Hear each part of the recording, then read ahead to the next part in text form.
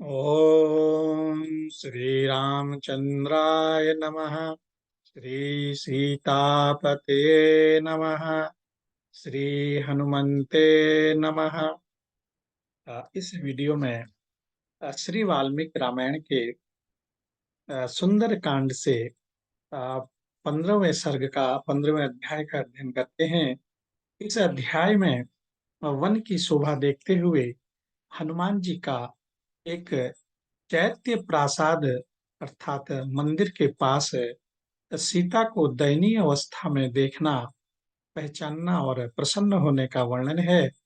और इस सर्ग का प्रथम श्लोक इस प्रकार है कि सह वीक्षणा सह वीक्षमाणस्ता त्रस्तो मार्गमाणश्च मैथिलीम् अवक्षेणमाणश्च महीं सर्वां तान् मत्तये तान् तां न वेक्षतः।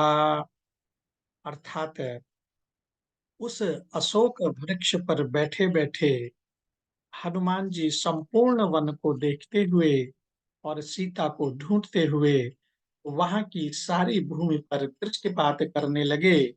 और वह भूमि कल्प वृक्ष की लताओं और वृक्षों से सुशोभित थी, दिव्य गंध तथा दिव्य रस से परिपूर्ण थी और सब ओर से सजाई गई थी। मृगों और पक्षियों से व्याप्त होकर वह भूमि नंदन वन के समान शोभा पा रही थी। अट्टालिकाओं और राजभवनों से युक्त थी तथा कोकिल समूहों की काकली से कोलाहलपूर्ण जान पड़ती थी। और स्वर्णमय उत्पल और कमलों से भरी हुई बावड़ियां उसकी शोभा बढ़ा रही थी। और बहुत से आसन और कालीन वहां बिछे हुए थे और अनेकानेक भूमि ग्रह वहां शोभा पा रहे थे। और सभी ऋतुओं में फल देने वाले और फलों से भरे हुए रमणीय वृक्ष उस भूमि को विभूषित कर रहे थे। और खिले हुए अशोकों की शोभा से सूर्योदय काल की छटा से छिटक रही थी। और पवन कुमार हनुमान ने उस अशोक पर बैठे बैठे ही उस दमकती हुई सी वाटिका को देखा। और वहां के पक्षी उस वाटिका को बारंबार पत्रों और शाखाओं से हीन कर रहे थे। और वृक्षों से झड़ते हुए सैकड़ों विचित्र पुष्प गुच्छों से नीचे से ऊपर तक मानो फूल से भरे हुए शोकनाशक अशोकों से फूलों के बाहरी भार से झुककर पृथ्वी का स्पर्श सा करते हुए खिले हुए कनेरों से तथा सुंदर फूल वाले पलाशों से उपलक्षित वह भूभाग उनकी प्रभा के कारण सब ओर से उद्दीप्त सा हो रहा था। और पुन्नाग श्वेत कमल, पुन्नाग को श्वेत कमल या नाग केसर भी कहते हैं।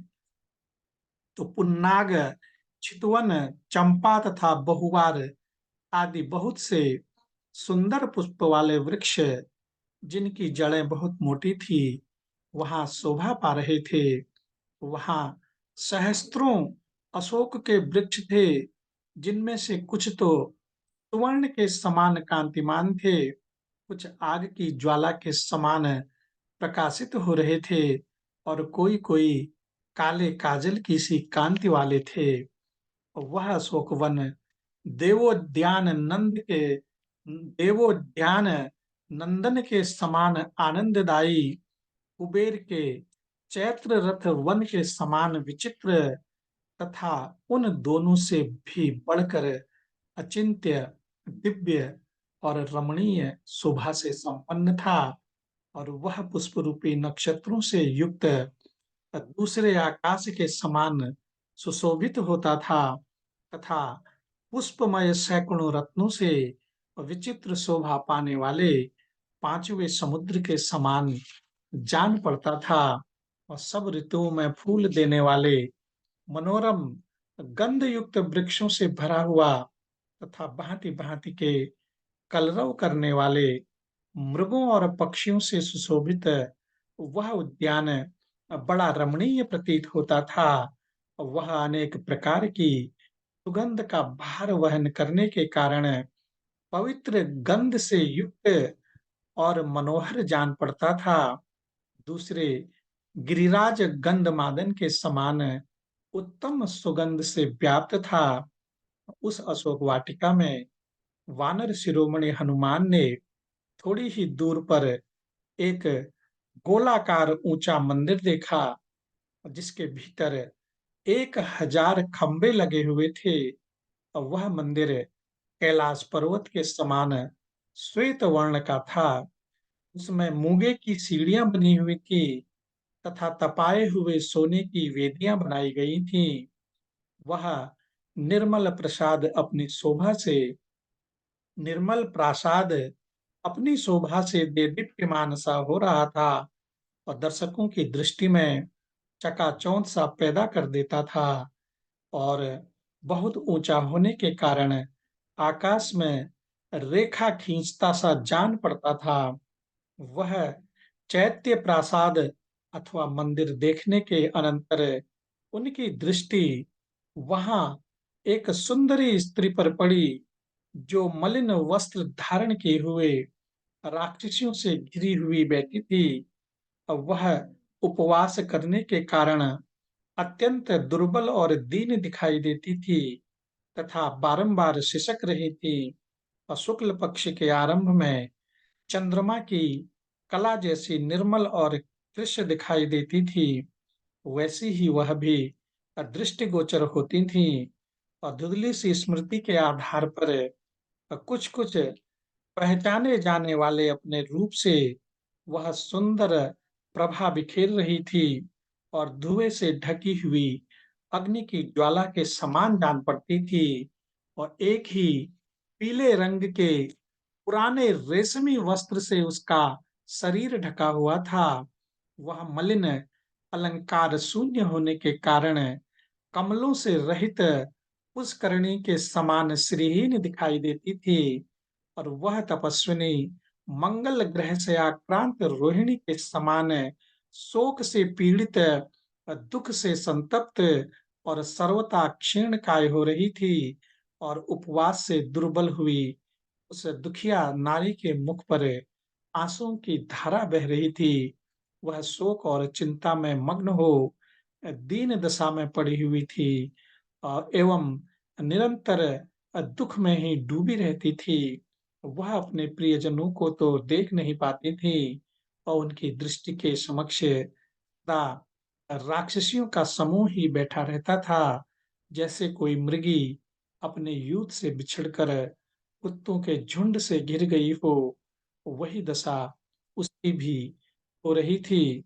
और काली नागिन के समान कटी से नीचे तक लटकी हुई एकमात्र काली वेणी के द्वारा उपलक्षित होने वाली वह नारी बादलों के हट जाने पर नीली इस वन श्रेणी से घिरी हुई पृथ्वी के समान प्रतीत होती थी।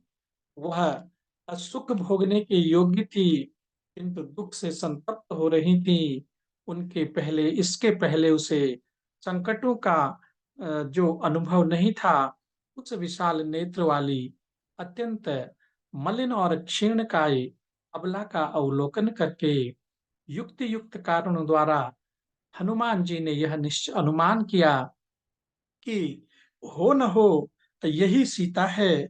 और इच्छानुसार रूप धारण करने वाला वह राक्षस जब सीता जी को हर कर ले जा रहा था, उस दिन जिस रूप में उसका दर्शन हुआ था, कल्याणी नारी भी वैसे ही रूप से युक्त दिखाई देती है। और देवी सीता का मुख चंद्रमा के समान मनोहर था। उसकी भौहें बड़ी सुंदर थीं।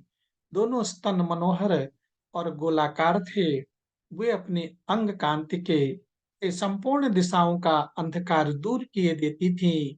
उनके केस काले काले और ओष्ठ बिंब फल के समान लाल थे। कटिभाग बहुत ही सुंदर था। सारे अंग सुडौल और सुगठित थे। कमल नयनी सीता कामदेव की प्रेयसी रति के समान सुंदर थी। पूर्ण चंद्रमा की प्रभा के समान समस्त जगत के लिए प्रिय थी। उनका शरीर बहुत ही सुंदर था। अब वे नियम परायणा तापसी के समान भूमि पर बैठी थी। यद्यपि स्वभाव से ही भीरु और चिंता के कारण बारंबार लंबी लंबी सांसें खींचती रहती थी, वो भी दूसरों के लिए नागिन के समान भयंकर थी।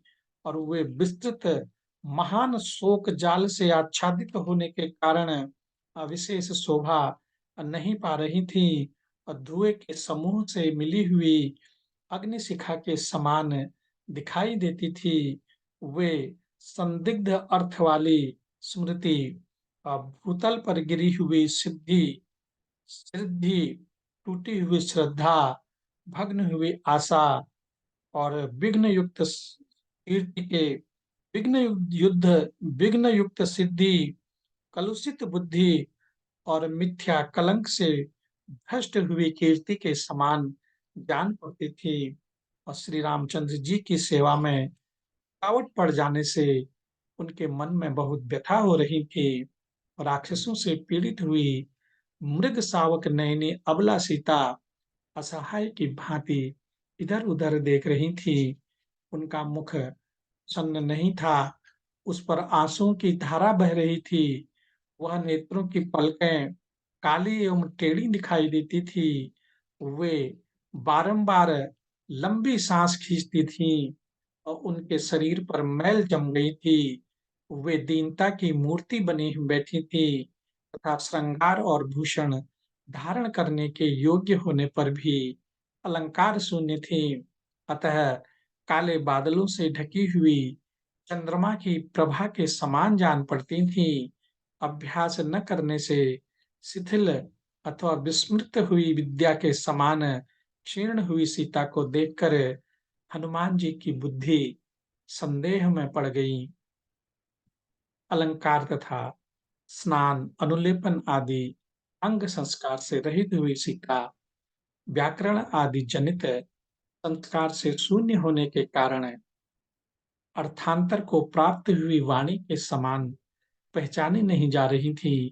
हनुमान जी ने बड़े कष्ट से उन्हें पहचाना और उन विशाल लोचना सती साध्वी राजकुमारी को देखकर उनके उन्होंने कारणों अथवा युक्तियों द्वारा उपादन करते हुए मन में निश्चय किया कि यही सीता है।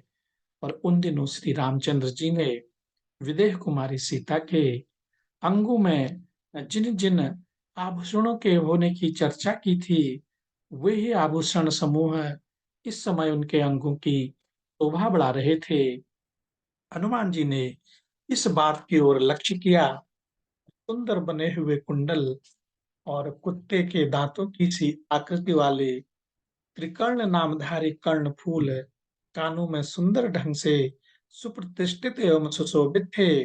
हाथों में कंगन आदि आभूषण थे, जिनमें मणि और मूंगे जड़े हुए थे। यद्यपि बहुत दिनों से पहने गए होने के कारण वे कुछ काले से पड़ गए थे, तथापि उनके आकार प्रकार वैसे ही थे।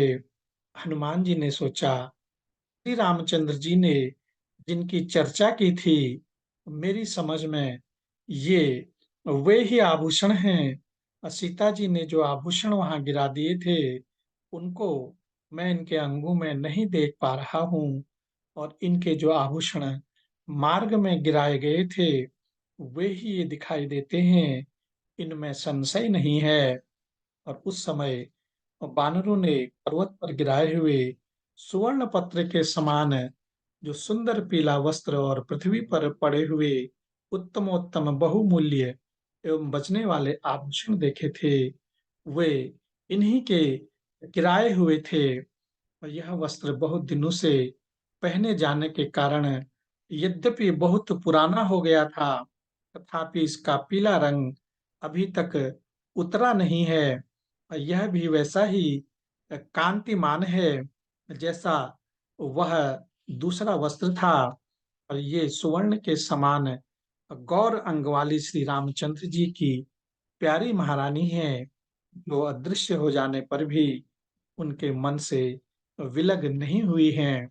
और वे ही सीता हैं जिनके लिए श्री रामचंद्र जी इस जगत में करुणा, दया, शोक और प्रेम, इन चारों कारणों से संतप्त होते रहते हैं। एक स्त्री खो गई, यह सोचकर उनके हृदय में करुणा भर आती है। वह हमारे आश्रित थी, यह सोचकर वे दया से द्रवित हो उठते हैं। मेरी पत्नी ही मुझसे बिछड़ गई, इसका विचार करके वे शोक से व्याकुल हो उठते हैं तथा मेरी प्रियतमा ही मेरे पास नहीं रही, ऐसी भावना करके उनके हृदय में प्रेम की वेदना होने लगती है।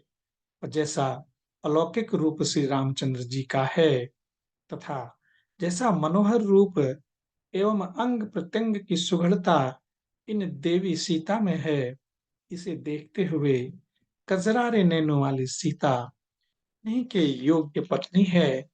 और इस देवी का मन श्री रघुनाथ जी में और रघुनाथ जी का मन इनमें लगा हुआ है।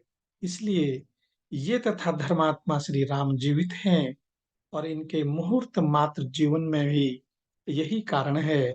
इनके बिछुड़ जाने पर भी भगवान श्री राम जो अपने शरीर को धारण करते हैं, शोक से शिथिल नहीं हो जाते हैं। यह उन्होंने अत्यंत दुष्कर कार्य किया है। इस प्रकार इस अवस्था में सीता का दर्शन पाकर पवन पुत्र हनुमान जी प्रसन्न हुए और वे मन ही मन भगवान श्री राम के पास जा पहुंचे और उनका चिंतन करने लगे तथा सीता जैसी साध्वी को पत्नी के रूप में पाने से उनके भाग्य की भूरी भूरी प्रशंसा करने लगे। इन शब्दों के साथ श्री वाल्मीकि निर्मित आर्ष रामायण आदि काव्य के सुंदर कांड में 15वां सर्ग पूरा हुआ। ओम श्री रामचंद्राय नमः। जय जय श्री सीताराम। जय श्री हनुमान जी। जय जय बजरंगबली।